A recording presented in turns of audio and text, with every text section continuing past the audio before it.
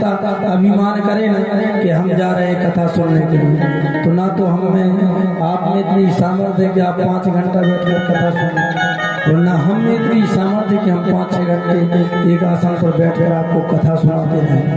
मैंने पहले दूसरे दिन कथा में बताया था ना कि सत्यो हृदय बरुध्यते प्रकृत भी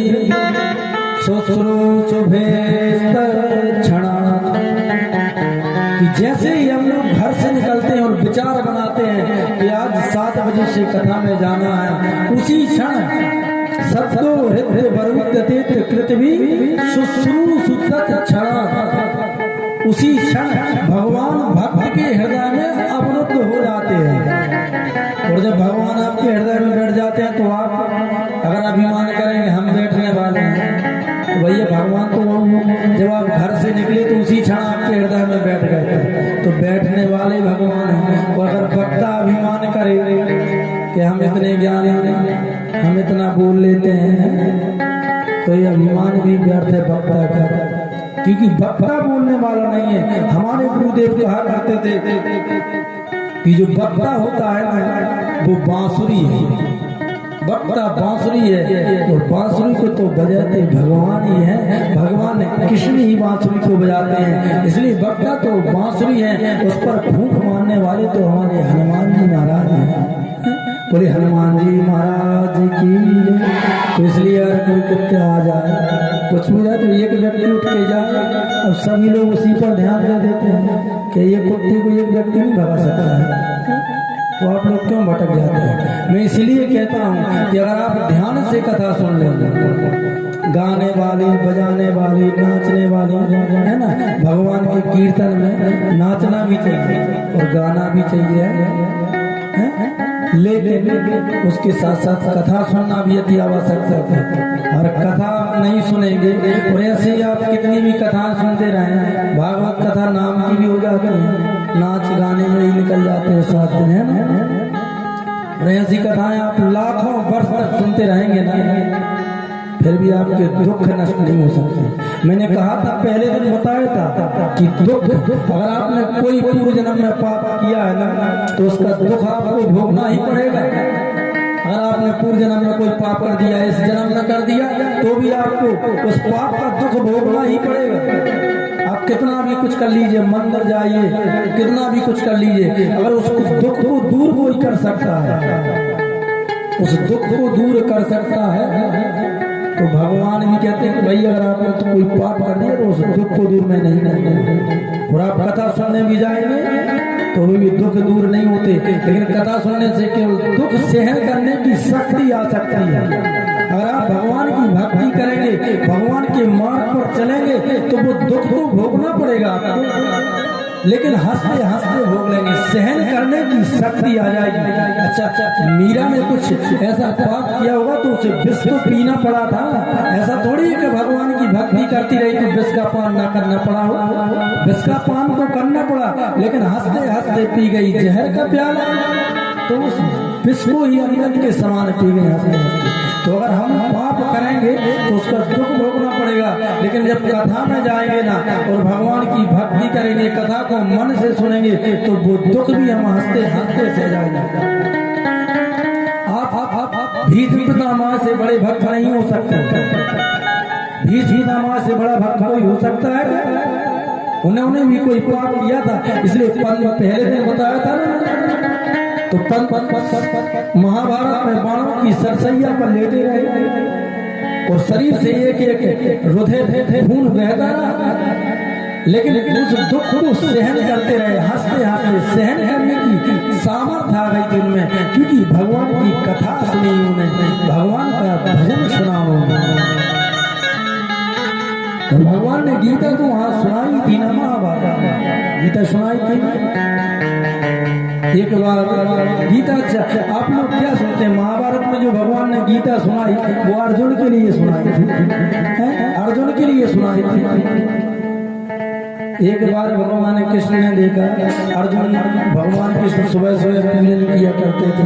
एक दिन भगवान ने अर्जुन से कहा, अर्जुन फूल तोड़ कर लेकर आओ। तो एक बगीचे में अर्जुन गए, फूल तोड़ने लगे, वहीं पर हनुमान जी, वृद्ध हनुमान जी बैठे हुए थे। तो हनुमान जी ने कहा अरे भाई ये फूल क्यों तोड़ रहे हो, बगीचे के सुंदर सुंदर फूल तोड़ रहे हो, चोरी से किसी से तुमने पूछा किस बगीचे की हम रखवाली कर रहे हैं? तो अर्जुन ने कहा फूल तोड़ने के लिए थोड़ी पूछना पड़ता है, फूल तो पूजा के लिए है। तो हनुमान जी ने कहा देखो ये चोरी की बात है भाई, अगर बिना पूछे कुछ तोड़ोगे ना, चाहे फूल हो चाहे कुछ भी, तो ये चोरी होगा, यानी तुम तो चोर हो। तो कह रहे अरे इसमें चोरी, अर्जुन ने कहा इसमें चोर जैसी बात क्या है, हम अपने भगवान, हमारे भगवान ने मंगाया कि जाओ पूजा के लिए फूल लाओ तुमने। तो हनुमान जी ने कहा अच्छा बताना तुम्हारे भगवान कौन है? हमारे भगवान कृष्ण है। तो हनुमान जी मुस्कुराए अच्छा तो कोई बात नहीं, ले जाओ।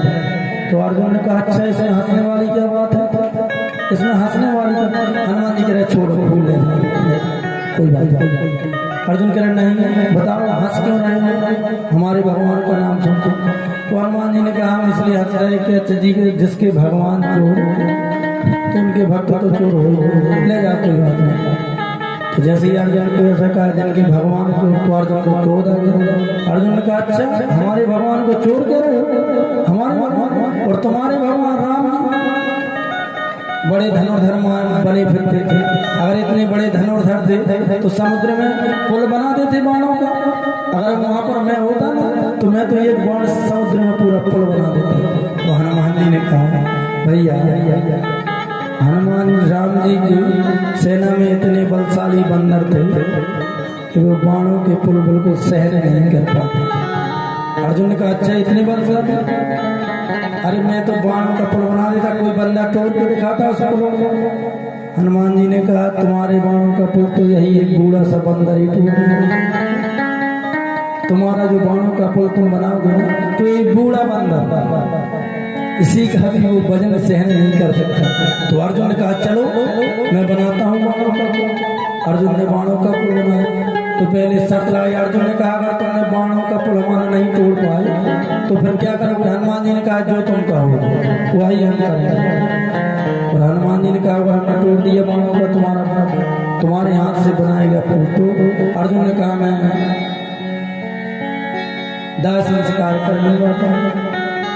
और जैसे ही अर्जुन ने बाणों एक बाण चलाया तो बाणों की वर्षा होने लगी और पूरे समुद्र में 60 योजन का पुल बन गया। और जैसे ही पुल बन गया तो हनुमान जी से कहे चढ़ो भैया तोड़ के दिखाओ।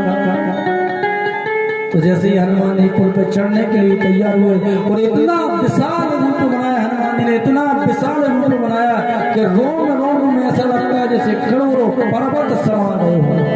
और जब ऐसा विशाल रूप देखा तो अर्जुन आंख बंद करके भगवान का ध्यान करने लगे कि अरे मैं हत्यारा रहा, आज मैंने कैसी आफत मोड़ ले ली। और जैसे ही हनुमान जी उस पुल पर चढ़े और जैसे ही पैर रखा तो वो बाणों का पुल टूट गया।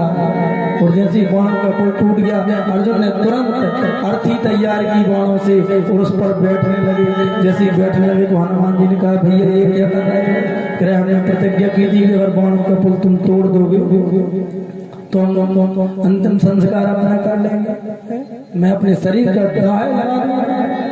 हनुमान जी ने कहा अरे छोड़ो कौन किसी ने देखा, अच्छी बात नहीं है। अर्जुन कहने लगा अरे मैं क्षत्रिय हूँ, मैंने प्रतिज्ञा की। तो हनुमान जी मनी मन भगवान कृष्ण को पुकारने लगे भगवान ने कैसी लीला रची है, अब आप ही कुछ करो ये मरा जा रहा है। तो भगवान एक पंडित का भेष लेके आए। तो भगवान ने कहा अर्जुन अर्थी पर बैठे हुए थे। भगवान ने कहा भैया ये क्यों बैठे हो? हनुमान जी से पूछा ये क्या चल रहा है यहाँ? तो हनुमान जी ने कहा प्रभु ब्राह्मण देवता हम लोगों में शर्त लगी, अब हमने पुल तोड़ दिया तो अपना अंतिम संस्कार करने जा रहे हैं, दाह लगाने जा रहे हैं। तो अर्जुन ने कहा भगवान अभी मना कर रहे हैं लेकिन मैं तो दाह लगा के ही मानूंगा, क्योंकि मैंने प्रतिज्ञा की थी, वचन दिया था कि अगर तुमने पुल तोड़ दी। तो भगवान कृष्ण बोले अच्छा ये बताओ तुम दोनों तो शर्त लगाए हुए थे और उस शर्त का निर्णय करने वाला कौन था? तो अर्जुन ने कहा हाँ ये बात है, निर्णय करने वाला तो कोई नहीं। तो भगवान जो ब्राह्मण का रूप धारण करके आए थे तो भगवान ने कहा जब तीसरा कोई व्यक्ति निर्णय करने वाला नहीं था तो तुम दोनों ने कैसे निर्णय कर लिया कि पुल टूट गया होगा? अच्छा फिर से बाणों का पुल बना अर्जुन से कहा अब हम निर्णय करने वाले होंगे। तो इस बार निर्णय करने में अगर इनने बाणों का पुल तोड़ दिया तो आप मृत्यु को प्राप्त हो जाएगा, संस्कार होगा कर लेंगे।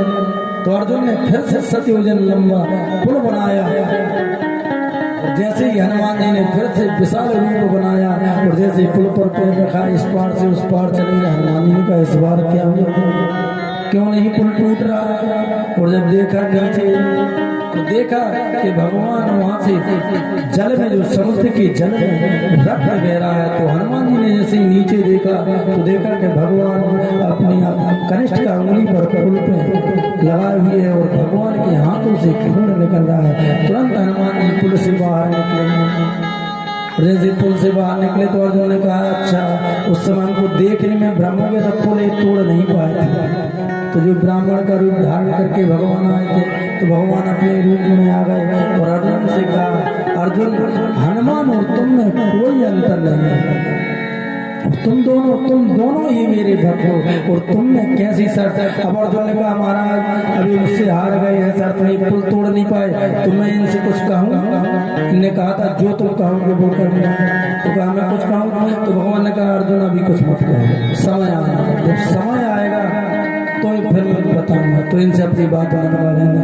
और जब महाभारत का युद्ध होने के लिए तैयार हुआ तो भगवान कृष्ण ने अर्जुन से कहा चलो हनुमान जी के पास, जो तुमने कहा था ना कि एक काम करवाना अब करवाते हैं। और अर्जुन और भगवान हनुमान जी के पास गए और जब हनुमान जी के पास गए तो अर्जुन ने कहा कि भैया आप चलो वो एक काम जो बचा था अपना शर्त का आप हार गए थे तो चलो महाभारत का युद्ध है तो आपको चलना है। तो हनुमान जी ने कहा देखो हमने वचन दिया था तो हम चलेंगे तो लेकिन एक शर्त है। भगवान कृष्ण ने कहा क्या शर्त है। तो कह रहे वहां पर कथा मिलेगी सुनने को। तो भगवान अर्जुन कहने लगे देख अभी युद्ध लड़ने के लिए जाना है इनको कथा सुनने के लिए, युद्ध में कहीं कथा होती है।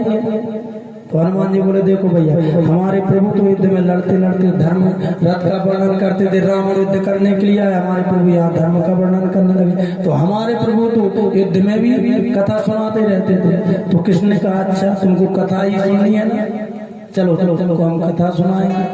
तो वही कहते हैं कि गीता तो अर्जुन को सुनाना एक बहाना था, गीता तो भगवान कृष्ण को हनुमान जी को सुनाना था, है ना। तो हनुमान जी महाराज को इसीलिए तो कहा जाता है कि राम कथा के रस के तुम्ही भक्ति राजमति धी।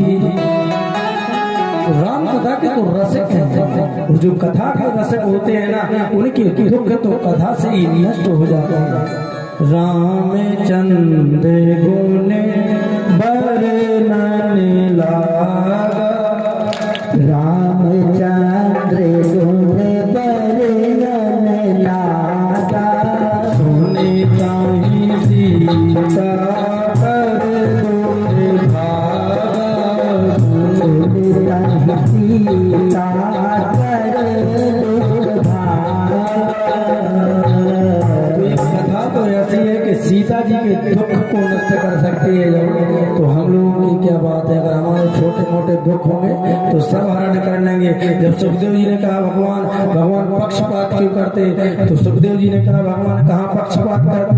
अच्छा हिरण्यकश्यप के पुत्र कौन थे, प्रहलाद ही थे ना। जब हिरण्यकश्यप को पता चला कि भगवान ने हिरण्याक्ष का वध कर दिया, उनके उसके भाई का वध कर दिया, तो हिरण्यकश्यप ने भगवान से बदला लेने के लिए एक दिन वन में तपस्या करने के लिए गया। और जब इंद्र को पता चला कि हिरण्यकश्यप तपस्या करने के लिए चला गया तो हिरण्यकश्यप की पत्नी को ले जाने लगा। और जब हिरण्यकश्यप की पत्नी को ले हरण करके ले गया तो नारद जी ने इंद्र से उसको बचा लिया और वहाँ पर बहुत सत्संग किया। और उसी समय हिरण्यकश्यप की पत्नी गर्भवती थी। वहां से हिरण्यकश्यप ने बहुत तप किया और इतना तप किया कि उसके शरीर में दीमक लग गई। और जब दीमक लग गई ब्रह्मा जी प्रसन्न हुए। ब्रह्मा जी ने कहा वरदान मांगो। तो हिरण्यकश्यप ने कहा महाराज मुझे ऐसा वर दीजिए कि मैं अजर अमर हो जाऊं। ब्रह्मा जी ने कहा अमर तो हम ही ना है, तुम्हें कैसे वरदान दे दे। तो हिरण्यकश्यप ने कहा महाराज तो फिर मुझे एक नहीं बहुत सारे वरदान चाहिए। कैसे वरदान चाहिए? तो हिरण्यकश्यप ने कहा महाराज न मैं दिन में मरूं न रात में। ब्रह्मा जी ने कहा परम द्रोही तथास्तु। बोले मैं न नर से मरूं न सिंह से मरूं। ब्रह्मा जी ने कहा तथास्तु। बोले न शस्त्र से मरूं न अस्त्र से मरूं न शस्त्र से मरूं। ब्रह्मा जी तथास्तु कहते गए। ब्रह्मा जी ने से एक वरदान कहा और चाहिए। ब्रह्मा जी ने कहा भैया तेरे जैसे मांगने वाला पहली बार मुझे भक्त मिला। इतनी वरदान मांगते ही जा रहा है। प्रेम से बोलो एक बार मुस्कुरा कर बोल दीजिए राधे राधे। तेरे जैसा मांगने वाला पहली बार ऐसा भक्त मिला है। पर तूने बहुत तपस्या की है। अच्छा तू वर मांग ले। तो कह रहे ब्रह्मा की बनाई सृष्टि में मैं किसी से न मांगू। ब्रह्मा जी ने कहा तथास्तु। बोले तो महाराज जो 12 महीने होते हैं उन 12 महीने में भी न मांगू। ब्रह्मा जी ने तथास्तु कह दिया।